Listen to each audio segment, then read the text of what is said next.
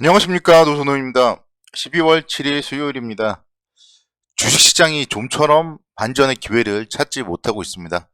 오늘도 코스피 지수는 0.4%대 정도 하락을 했었고요. 코스닥 지수도 0.1%대 하락을 하면서 시장이 좀 연일 하락하고 있습니다. 지난 12월 1일 목요일 같은 경우 상승을 하긴 했지만 그래도 시초가가 고점으로 해서 음봉이었죠. 그렇게 본다면은 지금 일주일째 음봉을 보여주고 있는 코스피 시장입니다. 그래서 이제는 더는 좀 물러설 곳이 없지 않나 그런 생각과 함께 오늘 새벽 마감된 미국 시장 자세하게 분석을 해보고 또 이럴 때 정말 어떻게 대응을 해야 될지 그 부분에 대해서 전략을 세워보도록 하겠습니다. 미국 시장의 3대 지수가 또 모두 하락을 했습니다. 나스닥 지수가 2%대 하락을 했고 S&P 500 지수 1.4%대, 다우존스 1%대 하락을 하는 모습을 보였습니다. 계속적으로 미국 긴축에 대한 우려감이 다시 한번 또 커지는 모습이에요. 미국의 좀 최종 금리가 한 5% 정도로 그래도 예상을 했었는데 최근에 미국의 최종적인 금리가 5.25% 정도로 좀 높아질 가능성이 높아지면서 그런 요인들이 시장의 불확실성 증가로 인해서 좀 하락 마감을 하는 모습을 보였습니다. 긴축이 이제는 그래도 좀 막바지 국면이고 좀 긴축 종료를 기대했었는데 아직은 더 남아있다 이런 좀 우려감이 확산되는 모습입니다. 최근에 경제 지표가 계속 좋게 나오는 부분이 긴축에 대한 우려감으로 나타나면서 미국 시장이 좀 힘들고 있다. 이게 최근에 좀 특징적이라고 볼 수 있겠고요. 거기다가 이제 오늘 새벽 마감된 미국 시장에서는 미국의 주요 금융기관들을 CEO들이 좀 부정적인 경기 전망 등을 내면서 투자 심리를 악화시키는 모습을 보였습니다. 월스트리트 저널에서 주최하는 CEO 초청 컨퍼런스가 있었는데요. 거기서 이제 주요 CEO들이 좀 비관적인 발언들을 집중을 하면서 그게 전반적인 미국 시장 그리고 오늘 또 국내 주시장에도 좀 악재로서 작용을 했습니다. 골드만삭스, JP모건, 뱅크 오브 아메리카 등에서 모두 다 CEO들이 내년도에 경기 침체 가능성을 경고했고 이런 부분들이 국제유가가 급락을 하는 모습을 보이면서 시장에 좀 하락으로 요인이 있었습니다. 좀 자세하게 좀 한번 좀 살펴볼 필요가 있을 것 같은데요. 특히 골드만삭스 CEO 같은 경우가 블룸버그 TV에 출연을 해가지고 노동자 급여가 감소하고 일자리가 줄어들 수 있다. 그렇기 때문에 2023년도에 경기 침체에 직면할 수 있다고 경고를 했고요. 뱅크 오브 아메리카 쪽에서는 침체 공포가 커짐에 따라서 S&P 500 지수가 최저 3,240포인트 정도까지 하락할 수도 있다고 경고를 했습니다. S&P 500 지수가 지금 3,900포인트대인데요. 여기서 추가적으로 한 20% 정도 더 하락을 할 가능성이 있다고 뱅크 오브 아메리카 쪽에서 경고를 했습니다. 그래서 오히려 이런 부분들이 생각을 해보면은 항상 주식 시장에 대해서는 각종 증권사, 각종 리서치들이 얘기하는 거대로 흘러가지 않는 게 사실이에요. 그래서 작년도부터 올해도 그렇고 이렇게 정말 주가가 떨어질 거라고 예견을 하거나 이런 사람들이 아무도 없었습니다. 그래서 오히려 이렇게 떨어진다고 얘기를 해주니까 더 반가운 것 같아요. 그래서 어차피 지금 시장은 1년 넘게 하락을 했었고 그러면서 경기 침체에 대한 우려감은 어느 정도 반영이 되었다는 게 좀 저의 생각인데요. 일단 지금 또 증권사 쪽에서 좀 이런 뒷북 발언들을 하는 게 오히려 좀 저가 매수, 좀 싸게 살 수 있는 기회가 아닐까 그런 생각을 해봤습니다. 오늘 이제 아시아 쪽 증시 하락 요인 중에서 하나는 이제 그 중에서도 아시아에 대한 좀 부분이 또 역시 마찬가지로 좋지 못했습니다. S&P 쪽에서 아시아 태평양 지역 수속 이코노미스트가 글로벌 성장이 계속 둔화되고 있기 때문에 수출 의존도가 높은 대한민국과 대만의 좀 경기에 대한 둔화가 높다 이런 얘기들을 했고요. 그러면서 내년도에 대한민국의 GDP 성장률이 한 1.4% 정도 기록하면서 좀 좋지 못할 걸로 기록을 예상을 한다 이렇게 얘기를 했고 한국의 기준금리 고점은 한 3.5% 정도 형성될 걸로 전망을 했습니다. 그러면서 이제 경기 침체에 대한 역시 우려감 시장에 좀 악재로서 작용을 했는데 만약에 정말 이게 정말 악재였다면은 오히려 오늘 장대 음봉이 맞아야 되는데 그렇지 않고 장중에 오전장에도 한 차례 그리고 오후장에도 계속적으로 좀 반등 시도를 했다 이런 부분들을 감안을 해본다면은 이 시장에 대해서는 그래도 좀 너무 걱정할 필요는 없지 않나 그런 생각을 해봅니다.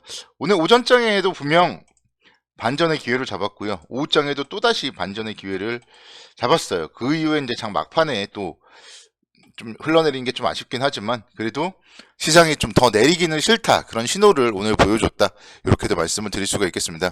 중국 쪽에서도 코로나19에 대한 뭐 여러 가지 대책들이 오늘 발표가 되었습니다. 그러면서 결국은 또 이런 부분들도 어쨌든 이제 중국 경기가 그동안 코로나19로 인해서 가장 경제를 좀 성장을 막았던 게 중국인데요. 이제는 뭐 지역 간 이동 시에 PCR 검사 음성 결과 제시 의무 폐지 뭐 이런 부분들 조치들을 취하면서 10가지의 방역 추가 최적화 조치를 했거든요. 그런 부분들을 발표했기 때문에 오히려 이런 부분들도 또 시장에 좀 긍정적인 관점으로 영향을 미치지 않을까 이렇게 생각이 됩니다. 그래서 오늘 뭐 시장은 하락을 했지만 중국 소비 관련주들은 상당히 좀 좋은 움직임을 보였습니다. 화장품 관련주들도 괜찮았고요. 또 그리고 뭐 저가 항공주들 내년도에 이제 항공 기업 수익성 회복 전망 등으로 인해서 상승을 하는 그런 모습을 보였습니다. 좀 가장 좋지 못했던 부분은 반도체예요. 어제 이어서. 근데 반도체 같은 경우는 이제 어제도 제가 여러 가지 좀 설명들을 많이 드렸으니까 오늘은 좀 뭐 자세한 설명은 하지 않도록 하겠고요. 시총 1위 삼성전자 같은 경우 한 0.5% 정도 하락을 했기 때문에 낙폭 자체는 크지 않았고 결국 뭐 4거래일 연속으로 하락을 했기 때문에 좀 내일부터는 좀 돌아설 가능성이 높지 않을까 그런 기대감을 가져봅니다. 오늘 역시 좋았던 업종은요.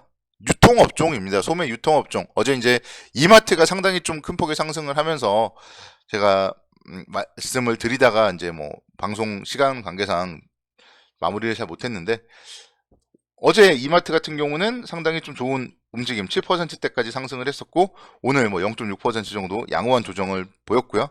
신세계 보시면은 오늘 3%대 강세를 보이면서 23만원대까지 회복을 하는 모습을 보였습니다. 현대백화점 같은 경우도 1%대 강세를 보이면서 6만원대 뭔가 안착을 하려는 움직임이고요.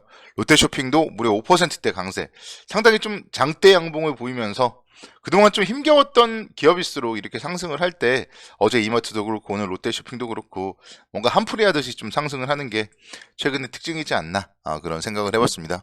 대형마트 의무 휴업에 대해서 이제 규제 완화 발표를 앞두고 있다. 그런 부분들이 지금 유통 관련주에는 좀 상당히 호재로서 작용을 하고 있습니다. 지난 5일날 같은 경우에 국무조정실과 산업통상자원부 측에서 일단은 좀 뭐 그런 얘기들이 나왔고요. 그러면서 지방자치단체들에서 처한 상황에 따라서 의무휴업일 지정을 공휴일이 아닌 평일로 할 수 있도록 규제가 좀 완화될 걸로 전망이 되고 있습니다. 그래서 그런 부분들이 이제 이런 대형마트의 성장률이 좀 개선될 가능성이 높다는 점이 주가에 좀 긍정적인 요인으로 작용을 했습니다. 그래서 이런 소비 관련주들은요, 지금 최근에 보면은 뭐 이마트의 그 SSG 랜더스 우승 세일 같은 거를 봤을 때도